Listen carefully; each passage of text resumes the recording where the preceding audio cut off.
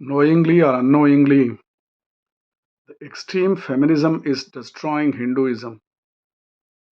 We are deeply concerned how this feminism started. Initially, they started with fundamental rights. Then they said, we want liberty. The third gift of Christian theological world is secularism. Another one of Christianity's magnanimous influence of this century is feminism, extreme feminism. They control the mass media, of course.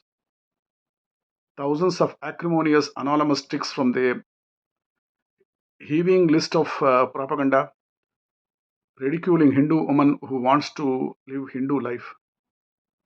The influence of neo-Christian values, liberal doses of feminism has done irreparable damage to Hindu society. We are deeply concerned, worried. Modern feminism truly empowering women? Actually, it's eroding deeply rooted harmonious system of Hinduism that sustained civilization for millennium. The Westerners gave guns, cannons, industry, technology, all tools effectively used to further the remolded set of values packed in a universal bag. Now they gave extreme feminism. They were successful extremely, sadly. So no Mangal Shutra, no Bindi, no cooking, no puja. That has left great women of Bharat to be highly critical of Hindu values, customs, traditions. It's very deeply paining how it started feminism. At the time of inception, it was addressed to genuine inequalities such as voting rights, education, legal representation. But the movement has drastically changed over the decades. They promote hyper individualism at the cost of community, tradition, family structure. Instead of empowering women, it has fostered a victimhood mindset in them, encouraged women to abandon traditional roles in favor of Western ideals that do not always align with happiness or fulfillment. Feminism has transformed into an ideology, promotes hyper independence, consumerist individualism, and redefinition of gender roles that clashes with the traditional family structure. That's why today you see there's a lot of crisis. There's a rising trend in divorces, declining marriage rates, birth rate collapses. They, they promote independence over interdependence that has resulted in relationship dissatisfaction, emotional distress. The feminists, they what they hate and they have an aversion for simple housewives. And family system exceed all limits of father, mother, both by default are portrayed as evil. And at least this has helped in the mental health. No, there is an increased level of anxiety, depression, and loneliness among women ever before.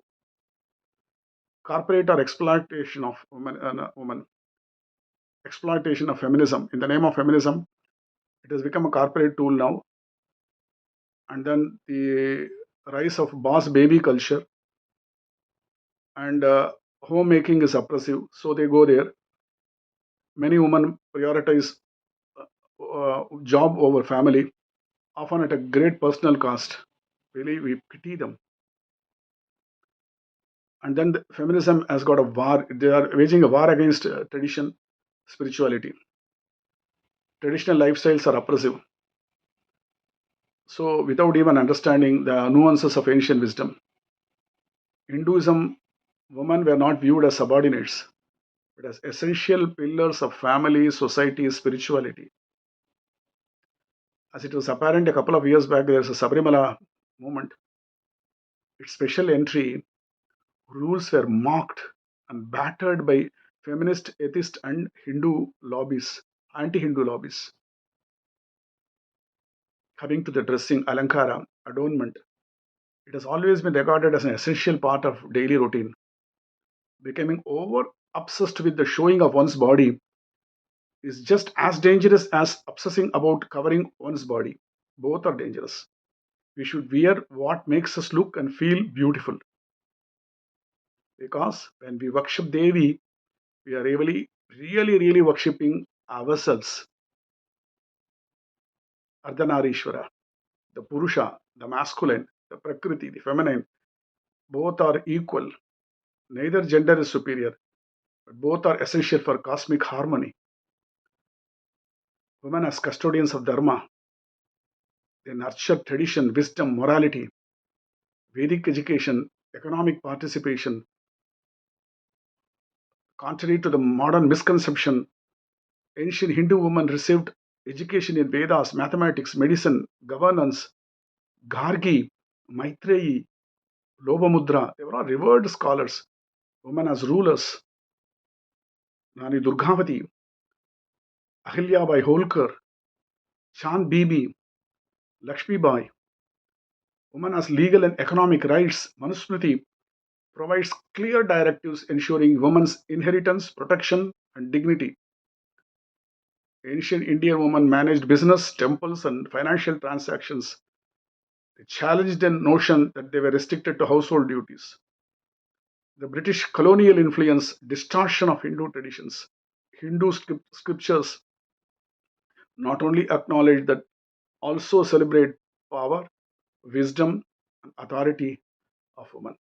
So, our earnest appeal to the Hindu women is, please do not fall prey for this extreme feminism